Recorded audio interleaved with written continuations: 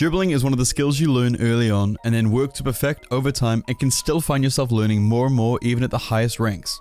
For new players, it can seem pretty difficult to manage your boost, your movement, your opponent's movement, and your timing all while balancing the ball on top of your car, and then finishing it off with a flick. But for some of us higher ranked players, it's something that's become so natural that we look for ways to spice things up and improve our offensive dribbling even further. So today we're going to start taking a look at dribbling for very beginners and finishing up with some of the more advanced things you can try out once you're comfortable. This is going to be something you have to work on over and over throughout your time in this game, and so I hope this video can give you some pointers to make the entire process a little bit easier. Before we jump into things, just want to say a big thank you to today's sponsor, GMG Performance. Now, if you're like me, you spend a lot of time in front of your computer or your TV screen or your phone. Essentially just a lot of time in front of screens, and unfortunately this can lead to a lot of eye strain and headaches. Now, I know with the amount of time I spend at my desk, my headaches come every other day, but GMG Performance glasses act as a shield against the blue light that can seriously damage your eyes and disturb your sleep. Now, I've been using these while I've been editing my videos over the past week or so, and I've literally been able to sit at my desk all day without feeling my eyes being strained or getting headaches at all.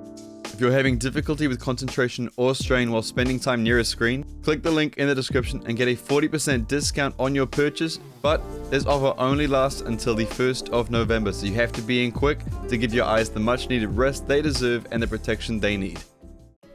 So for all you beginners out there, you might be struggling a little bit with just getting the ball on top of your car in the first place, so we can start there. Also, I'm going to make this clear now, this is going to be a short video and I'm going to try to simplify everything as best I can. So there are a few ways to go about getting the ball on your car. If the ball is stationary, you can drive up to it and just before making contact with the ball, boost just a little bit to give yourself a jolt of speed. This helps to give the ball some height and put your car underneath it quickly. If the ball is moving towards you, you should be able to just drive into it and have it sit on the front bumper. Then roll up a bit or jump up and land on the car. If it's moving away from you, you should look to match the ball's speed and cut inwards. This is the hardest of the three, but it's still very simple. Here's a few examples. You're looking to speed up or slow down so you're getting as close as you can to the ball's speed.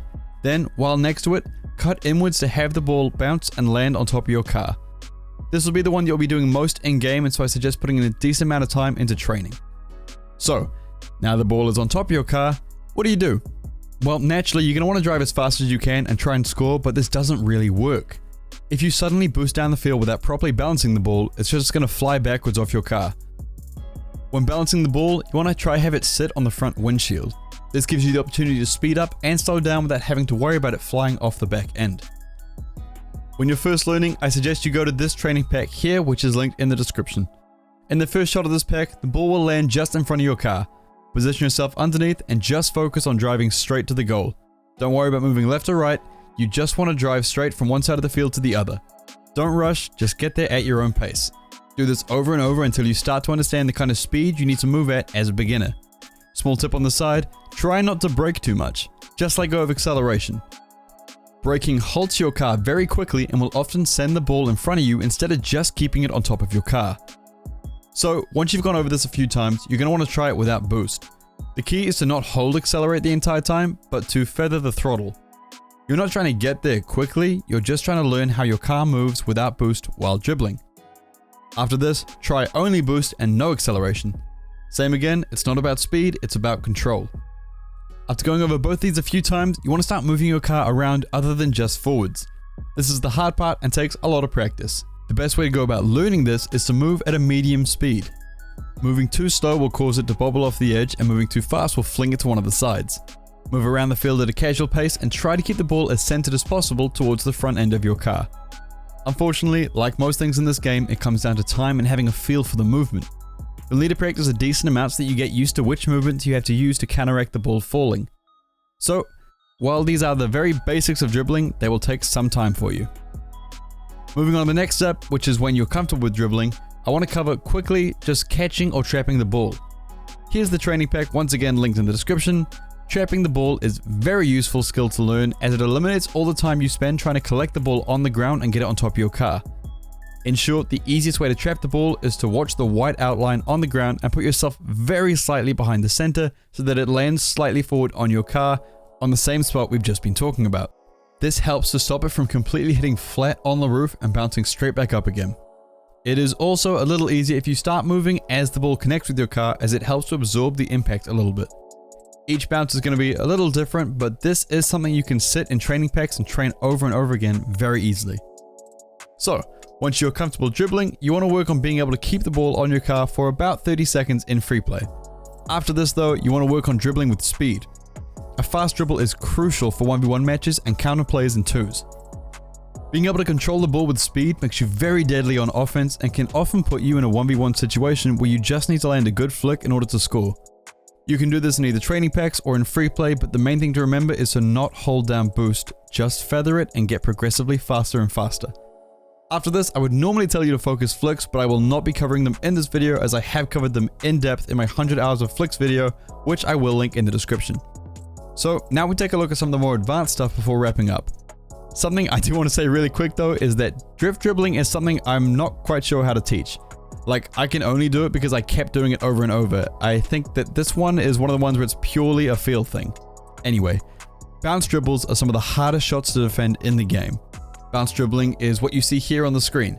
Moving to hit the ball just as it bounces to keep it from rolling on the ground, and then once you want to transfer it to a shot, you hit it like you would a normal power shot by flipping into it once it hits the ground. A good way to practice this is once again with the first training pack.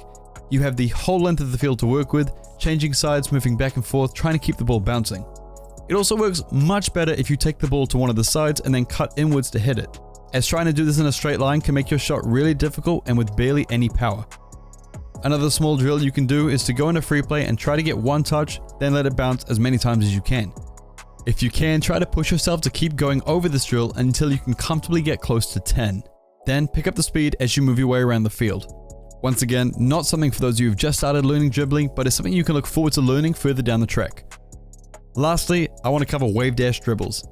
This is more on the fancy side of things and is something I've barely started to incorporate into my own gameplay. People have gotten so good at this, they can turn it into all kinds of flicks that I still can't do. But if you're looking to work on the wave dash portion, you want to first get used to popping the ball up and then catching it again. So up and down the field popping the ball and trying to maintain control once it lands. Then, like the name suggests, perform the wave dash to one of the sides while keeping an eye on the outline on the ground. If you can time your car landing and moving to the side as well as the ball dropping to car height, you'll be able to quickly turn your car in the direction of the ball and give it a sharp turn to throw the defender off. This is a mechanic that people are still getting creative with, and so you can start to put your own twist on things once you get comfortable with it. Like I said, short video. This video is more so for all the beginners who've been asking about dribbling over the past few weeks, but I wanted to throw in a few of the more advanced aspects of dribbling for those of you who might want to learn. If you have any other kind of tutorial type videos, feel free to let me know in the comment section, but otherwise I hope you enjoyed today's video. If you did, please make sure to like and subscribe, as we're very close to 150,000 subscribers, which is pretty cool. Anyway, that's all from me. I'll see you next time.